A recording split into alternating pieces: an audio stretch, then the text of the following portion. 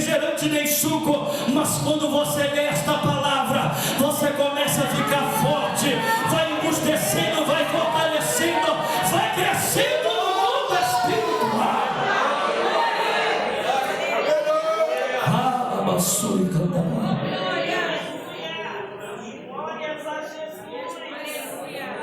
Jesus, ele diz: eu preciso ter um relacionamento com vocês.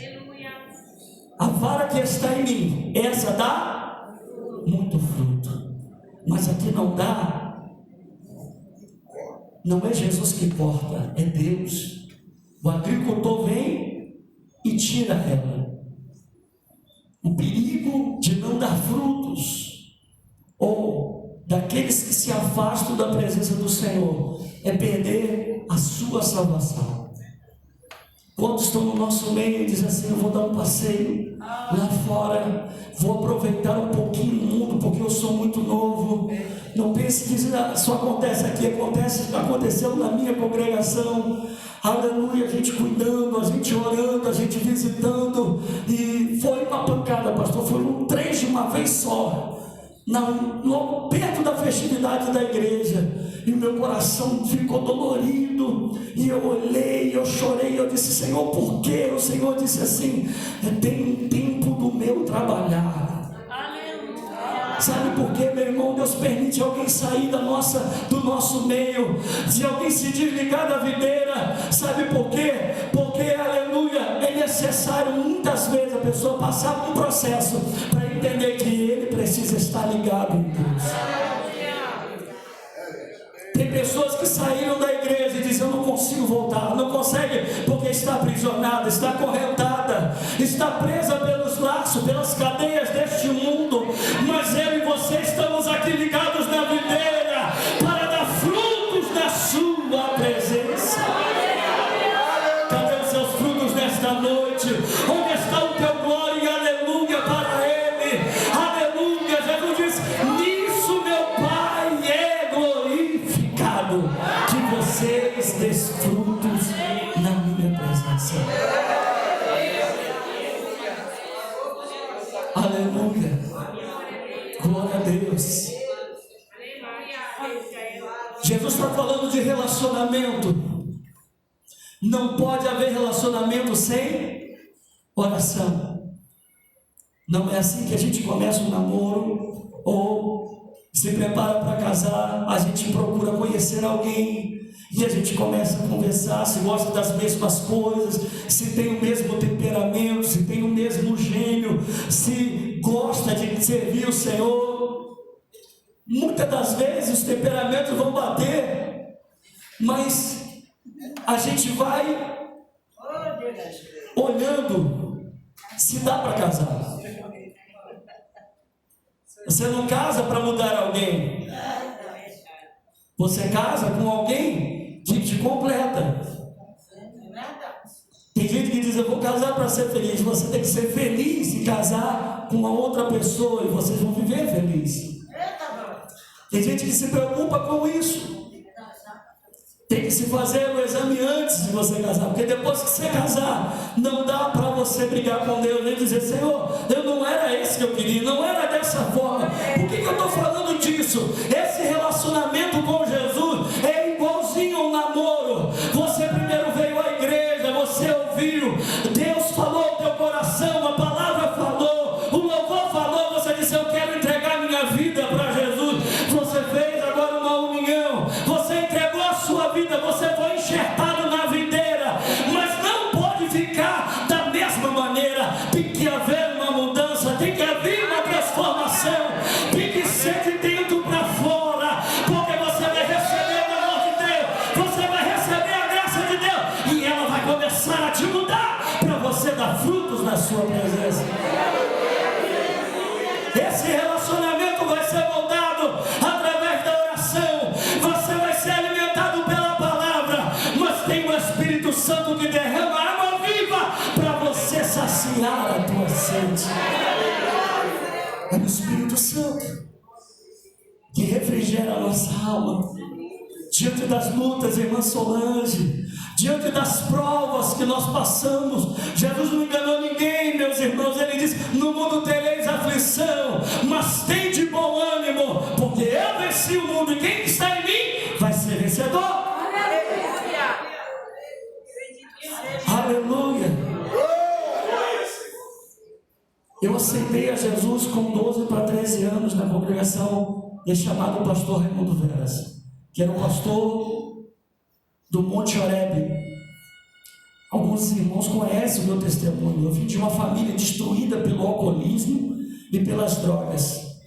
E com 11 anos, o espírito de suicídio se apresentou a mim e disse: tira a sua vida. Tira a sua vida, porque você não tem amor de pai, não tem amor de mãe, você não tem nada.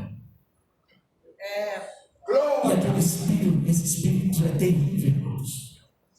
Cruel e maligno. E ele me deu as ferramentas para me tirar a minha vida. Ele disse: pega o facão. Meu pai era mestre de obra, tinha muitas ferramentas, o facão muito amolado. E minha casa tinha um sítio. E ele disse: desce e lá embaixo coloca o facão do lado esquerdo e fecha os olhos e puxa. Você não vai sentir nada. Você vai sentir alívio de toda esta dor, de toda esta angústia, de toda essa tristeza que você está sentindo. Mas meus pais eram desviados da igreja. Eu fui um dia apresentado na Assembleia de Deus do Morrinho, lá em Campo Grande, lá na Estrada Rio-São Paulo, quilômetro 32. E quando eu decido tirar cabo da minha vida, o Espírito de Deus, que eu nunca ouvia falado, falou, bradou aos meus ouvidos e a minha alma e disse: se você morrer hoje, para onde vai a tua alma e o que será de ti? E eu comecei a me tremer. Sabe como se tremer como vara verde? Eu me tremia e eu não consegui tirar a minha vida. E quando eu cheguei em casa, minha mãe disse: você estava onde? Eu disse: você estava lá embaixo. E menti para ela e disse: eu fui ver um cacho de bananeira. E naquela angústia toda, vendo toda aquela destruição do diabo dentro da minha casa, alguém, eu não lembro se foi meu primo ou um vizinho que serviu ser o filho do diácono Manuel Gomes, irmão Carlos, disse: o pastor te conhece.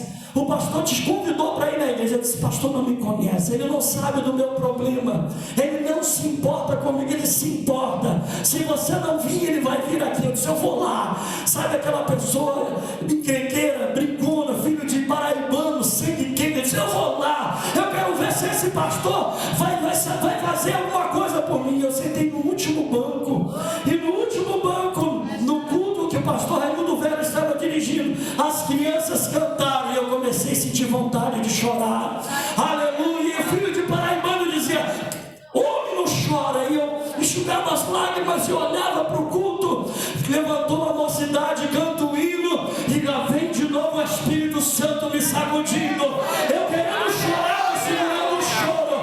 Canta, aleluia, o conjunto Ebenezer, o conjunto das irmãs. E alguém chega do meu lado e diz: você está na casa do seu pai, você pode chorar. E eu me derramei em lágrimas pelo último banco, e eu começava a chorar, e eu queria parar de chorar e não conseguia chorar, não conseguia parar de chorar. Pastor Raimundo Veras, não sei se você se lembra, ele pregou naquela noite, ele disse: jovem, hoje Jesus marcou um encontro contigo. Por esses dias você tentou tirar a tua vida, mas hoje Jesus te trouxe aqui. Você quer entregar a tua vida para Jesus? Eu só me lembro que o jovem me abraçou, colocou a mão no ombro e disse: você quer ir? Eu vou contigo lá na frente. Eu disse: hoje eu quero entregar minha vida. E eu vim à frente, recebi Jesus e comecei a vir na oração. E toda vez no culto eu dizia: ore por mim, ore para Deus salvar o meu pai, a minha mãe e os meus irmãos. Parece que hoje os crentes têm vergonha de pedir oração, mas eu sei que oração move a mão de Deus. Se não fosse oração, eu não estava de pé. Se não fosse oração, aleluia, Deus não tinha cumprido as promessas que me fez. Eu aceitei Jesus. E que processo difícil. Pensa num processo difícil, só você crente na casa. Minha mãe dizia: você ficou doido, você está maluco, você virou fanático, você agora não para em casa. É quarta-feira, é sexta-feira, é terça-feira, é domingo de manhã, você sai e ninguém te vê. Você volta, toma café e depois sai de novo. Depois você vem de tarde, almoça e sai de novo. De tarde você volta, toma banho, coloca a roupa e vai para o culto. Eu só te vejo lá perto das 10 horas, 10h30. E eu disse assim: olha, o que a senhora prefere? Um filho na igreja ou na boca de fumo? Ela disse: na igreja. Então eu falei: glorifica a Deus. Adore a Deus, aleluia, porque Deus me pegou, aleluia. Eu saía para ir para a igreja. O pastor Alexandre, que serve o Senhor lá em Duque de Caxias, ele era um irmão, um jovem que me discipulou. Ele passava lá em casa para mim tomar banho, passar a roupa e se arrumar. Pensa numa pessoa tranquila, paciente. Eu tenho trabalho, irmão. Como eu tenho trabalho? Jesus. Oh, Jesus. Era um outro jovem, pastor lá em Duque de Caxias. E ele passava 1 hora antes. E aí, quando eu comecei até aquele ritmo, ele foi diminuindo o tempo. Ele já passava com 30 minutos, depois com 15, para que eu adquirisse responsabilidade, olhasse para a hora de estar na hora de ir para a igreja, está na hora de tomar banho, está na hora de passar a roupa. E ele dizia: nós temos que chegar às 7 horas para a gente pegar os hinos da harpa. E aí eu vejo o jovem dizendo: ah, hino da harpa é muito chato, é uma coisa careta. Mas pensa no hino inspirado pelo Espírito Santo, que quando canta, quando louva, você sente o Espírito Santo. Se você se ligar no céu, você começa a chorar, você começa a pensar nas mansões celestiais, porque foram hinos inspirados por homens e mulheres de Deus. Meu pastor dizia: tem sabor, tem tempero, o hino da harpa. Os hinos que são agora louvados também, meus irmãos, mas a gente não pode esquecer dos hinos dos primórdios, dos irmãos que aceitaram, que foram inspirados pelo Espírito Santo. Nós estamos falando um pouquinho desse testemunho para você entender o que é oração. Eu ia no círculo de oração e eu vejo agora poucos jovens indo no círculo de oração. Na nossa congregação tem terça-feira, tem oração da CIB, tem culto de ensino na sexta-feira, e às vezes a gente olha, procura os jovens e diz assim: rapaz, os jovens estão em outro lugar, menos na oração. Quando a gente olha para a mesa de oração, a gente vê as cabecinhas brancas, os coques na cabeça, e eu digo: Jesus, daqui a pouco o Senhor está recolhendo. E aonde as jovens vão ocupar as cadeiras de oração? Terão que ser ocupadas. Uma coisa que eu ouvi de Deus dizendo: se você não quer vir pelo amor, você vem pelo tratamento de Deus. Deus fala conosco: eu tenho uma obra na tua vida, eu tenho uma chamada a realizar na tua vida. E aí muitas das vezes a gente resiste, como eu resisti, quando a gente ia numa oração lá em Duque de Caxias, perto da Reduque, próximo da garagem da Regina, no Morro do Sapo. Deus usou a pastora Zezé e disse assim: olha, jovem, Deus tem uma obra na tua vida. E eu disse: na minha? Ela disse: é. E a gente ia na consagração e na oração, começava às 8 horas e acabava às 3 horas da tarde.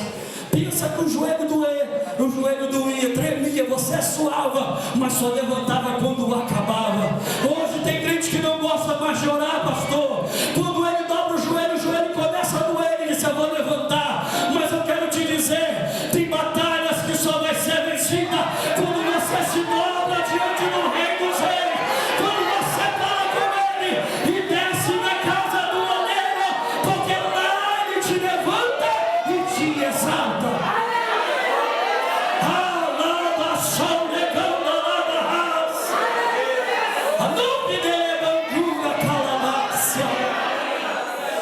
Nós fomos aqui com uma saída para Pirapitinga, lá para a divisa do Rio de Janeiro com Minas.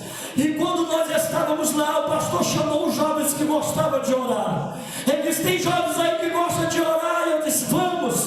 Fui eu e um grupo de jovens e alguns irmãos que eram obreiros na casa pastoral. disse: ore por mim, porque eu tenho uma causa e preciso de uma resposta. Quando o irmão começou a orar, ele disse: não vou orar de pé, eu preciso descer na presença do Todo-Poderoso. O pastor daquela igreja já tinha cabeça branca, ele e a esposa, e eu lembro isso claramente, aleluia, há muitos anos. Eu estou 18 anos dirigindo a congregação, eu era jovem, nem sonhava conhecer aquela moça bonita com quem eu casei. E eu me lembro de nós dobramos o joelho em volta da cama daquele pastor, e quando nós começamos a orar, Deus se manifestou, a glória de Deus desceu dentro daquele quarto, e Deus trouxe uma resposta do céu para aquele homem, dizendo: homem, eu vi a tua luta, eu desci para lutar a tua prova, descer a lutar a tua peleja, eu te darei vitória. Aleluia. Eu vi Deus usando jovens ali, jovens, aleluia, que não eram casados, mas eram cheios, eram jovens da mesma idade, mas através da oração, Deus deu vitória àquele homem. Aleluia. Sem mim,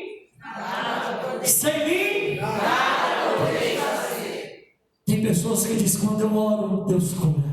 Quando eu oro, Deus enche. Quando eu oro, Deus opera. Aleluia. O salmista vai dizer: se não for o Senhor que esteve ao nosso lado, ora, diga a Israel, se não fosse o Senhor que esteve ao nosso lado, o inimigo não teria o trabalho de te mastigar. A Bíblia diz: ele te colocaria na boca e te engoliria vivo para matar a tua vida.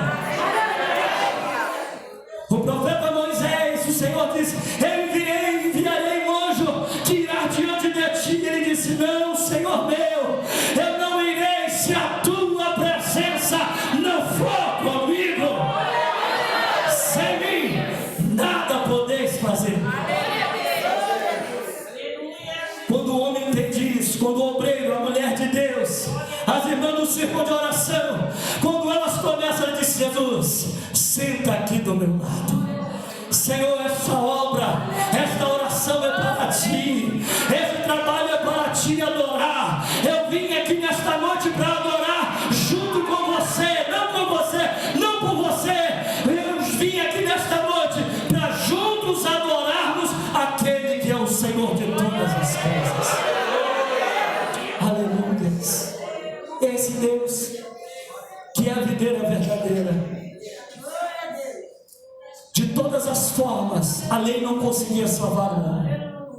O homem conseguia cumprir 7, tropeçava em 3. Cumpria 8, tropeçava em 2. Cumpria 9, tropeçava em 1. E nunca era perfeito. Deus olha para a terra e diz: não tem ninguém que possa cumprir. Ele olha no céu, e nenhum anjo é capaz de fazer aquilo que eu e você necessitávamos. Aleluia. Deus olha para o seu lado direito e diz: filho, você vai ter que se despir da sua glória, você vai ter que se vestir de homem, você vai ter que tomar o lugar deles, você vai ser a videira e eles serão enxertados em ti, mas eles receberão vida e vida com abundância. E Jesus aceita. Em nenhum momento Jesus é usurpador, ele não usurpa ser igual a Deus, ele aceita. Ele se despe de toda a sua glória, se veste de homem e nasce, meu Deus, de uma virgem. E quando Jesus já se torna adulto, ele diz assim para o seu primo, que nunca havia visto, ele disse: o maior profeta nascido de mulher. Jesus não nasceu de mulher, nasceu de uma virgem. Precisou de um homem e uma mulher para conceber João Batista. Mas aquela Isabel, que era estéril, já estava, aleluia, de 3 meses. Quando João Batista nasce, aleluia, ele prepara o caminho para Jesus. Nunca haviam se visto, nunca haviam se falado, mas Jesus vem no meio da multidão. Quando os olhos de João Batista encontram os olhos de Jesus, ele declara: eis o Cordeiro de Deus, que tira o pecado do mundo, do qual eu não sou digno de desatar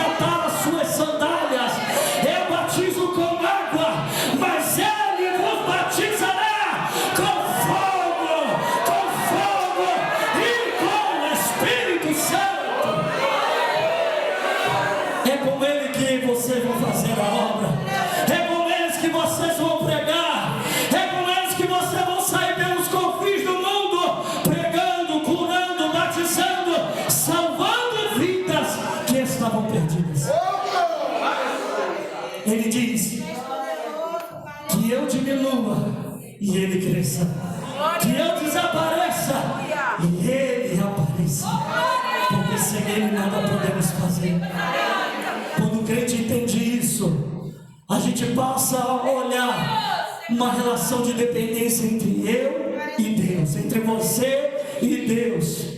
Sabe uma coisa que eu entendo que esta palavra vai dizer? Que quando eu e você dependemos de Deus, os frutos não são nossos, são dele. Você não entendeu? Eu vou te explicar nessa noite. Aleluia. Você é enxertado na videira, você começa a receber vida, você começa a receber graça, você começa a receber saúde, aleluia, e os frutos começam a produzir, porque você está ligado em Jesus. Você começa a produzir paz, naquele lar que não havia paz, você começa a sentir a alegria do céu, porque no mundo você não tinha alegria, aleluia. Você começa a produzir mansidão. Alguém olhava e dizia: aquela mulher só vive brigando com os filhos, com o marido, mas no momento que ela secou Jesus, aleluia, aquela casa está silenciosa, porque tem paz, temperança. Oh, que coisa linda. Paulo escreve a carta aos Gálatas no capítulo 5, a partir do verso 22, os frutos do Espírito. Tem gente que diz assim: eu tenho que produzir. Sim, você tem que produzir. Sabe por que você tem que produzir? Porque tem alguém que está olhando, observando a tua vida. Eu e você somos a propaganda deste Deus invisível, mas vivo e poderoso. Quando você passa, a grande nuvem de testemunha olha para você e diz: eu quero ser igual a ela, eu quero ter a paz que ela tem, eu quero sentir a alegria que ele sente, porque ele passa e diz: bom dia, Deus está comigo. Bom dia, vizinho, bom dia, vizinha, tudo bem? Parece que não tem problema, parece que não está em crise. Não, a igreja não tem crise, a igreja tem Cristo na sua vida. Aleluia. Aleluia. Eu não vou me delongar, não vou me demorar. A hora já foi. Essa relação de dependência vai fazer com que cada dia eu e você desejemos mais buscar o Senhor. Jesus disse: eu sou a videira, e vós os galhos ou os ramos. Eu preciso todos os dias estar enxertado em Jesus.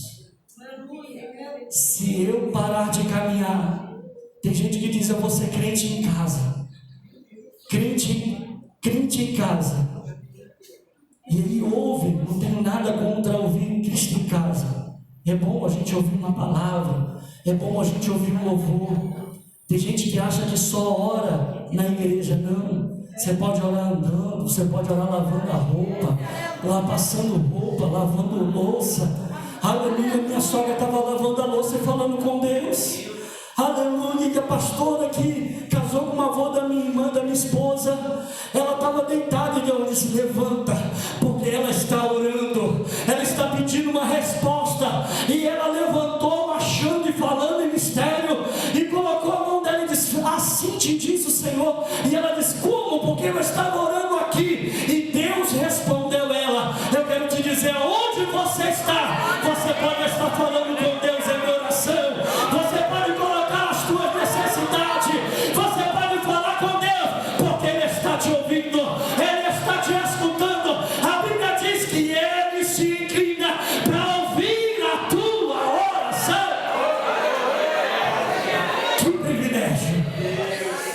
Enquanto o povo ora para um Deus que tem ouvido, mas não ouve, tem olho e não vê, tem boca e não fala, mão tem, mas não apalpa, tem mão, tem braço, mas não carrega ninguém, tem pernas e precisa ser carregado. Quando eu e você oramos, Deus se inclina para ouvir a tua oração. E se for necessário, Ele te carrega nos braços. Se for necessário, Ele desce na terra para pelejar por você. Para me terminar esta palavra, eu estava trabalhando com o time da minha esposa. De repente o telefone tocou e disse: tem uma vaga de trabalho, uma multinacional, na TIM Celular. E eu fui trabalhar. lá como carregador de imóveis. Alguém diz assim, mas alguém que é formado, tem o segundo grau, tem um curso técnico, tem isso, tem aquilo, vai se sujeitar a trabalhar carregando móveis. Quando a gente tem família, quando a gente tem responsabilidade, a gente não escolhe o trabalho. A Deus, aleluia, tem as portas de nos exaltar. Eu fui 3 vezes promovido naquele lugar. Entrei como carregador de imobiliário. Que peso que era. E quando eu completei 3 meses, a minha esposa era professora de formação, aquela moça bonita ali, e ela é responsável por uma caixinha da empresa com o 14º salário. E ela sacou, e o percurso da onde ela sacou para a escola era tão pequeno que ela não resolveu pegar um táxi. Alguém sentou um atrás e outro do lado e anunciou o assalto e levou todo aquele dinheiro. Além do trauma que minha esposa ficou mais de mês ou mais de anos com aquele problema do medo. E as pessoas não queriam saber do problema. Elas queriam o dinheiro. Elas diziam, se você não arrumar o dinheiro, nós vamos chamar a polícia. E aí, quando a gente tem Jesus, a gente ora de manhã, a gente ora de tarde, a gente ora de noite, a gente levanta de madrugada porque a gente precisa de uma resposta. A gente orava todo o tempo que dava, era um relógio de oração, levantava de madrugada, orava. De manhã, antes de ir para o trabalho, a gente orava. Do meio-dia, antes de almoçar, a gente orava. De tarde, 6 horas, a gente orava. E ela indo para o círculo de oração, pedindo resposta a Deus. E o tempo foi passando. Alguém, eu não lembro quem foi, eu sei que diz assim, o prazo máximo é sexta-feira. E a gente disse, Jesus, nós precisamos de uma resposta. Eu lembro de uma mulher de Deus que falou para ela, abre os teus olhos, Senhor, abre os teus olhos espirituais para você ver, porque Ele já te deu vitória. E eu trabalhando naquele lugar, eu fiquei tão abatido com aquela situação, que aquele problema tirou o sorriso do meu rosto. Eu sempre atendi as pessoas com um sorriso, sempre educado, não parei de ser educado, mas eu não tinha aquela alegria de servir, de trabalhar. E alguém observou e disse, você sempre atende bem as pessoas com um sorriso, sempre brincalhão, sempre prestativo, o que aconteceu? E aí eu contei para aquela pessoa o que havia acontecido e ela ficou calada. E a semana foi se passando e nós continuamos orando. E quando foi sexta-feira, o telefone da empresa tocou e disse, vem depressa aqui no administrativo, porque eu preciso falar com você. Eu disse, meu Deus, aconteceu esse problema, eu estou com 3 meses de casa, vão me mandar embora, porque alguém pode achar que eu estou servindo de má vontade. E eu não tinha elevador, eu lembro que eram 3 andares, eu subi correndo as escadas, e quando chego no último andar, na porta para entrar no administrativo, está aquela pessoa de pé, olhando para mim, e ela disse, pode respirar, e eu estava cansado dos 3 andares, eu disse, o que foi? E ela disse assim, isso aqui é para você. E eu fiquei olhando assim, eu disse, o que é isso? Ela disse, abre. Quando eu peguei aquele envelope gordo, e a minha mão começou a tremer, eu abri assim, eu falei assim, meu Jesus, era mais daquela quantia que tinham levado dela. E humanamente a gente diz, eu disse, olha, eu recebo salário mínimo, como é que eu vou pagar? Tem que parcelar, e muitas vezes ela disse, não, a pessoa que mandou te dar este dinheiro, que até hoje eu não sei, e até hoje eu dobro os meus joelhos e entrego em oração aquela vida em família. Ela disse, olha, nunca mais você perca aquele sorriso do teu rosto, porque você tem um Deus que cuida de você. Aleluia. Eu peguei aquele dinheiro e eu disse,